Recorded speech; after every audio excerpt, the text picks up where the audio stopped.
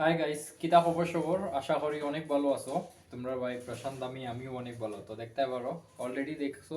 আর এটাও সামনে, আর এটা হইছে আমার জল, যেটা দেখছো মতলব চিকেনের সিদ্ধ করার পরে যেটা জল এটা, আর এটা হইছে চিকেন বয়েল।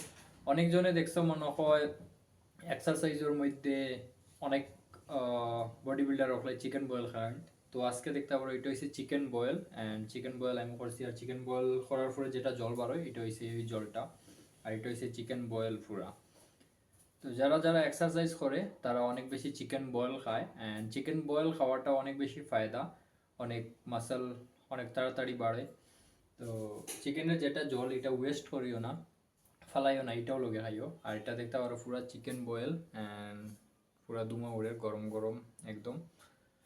তো আমি একটু সেন্টার লেগে ধনিয়া পাতা উফরে দিছি।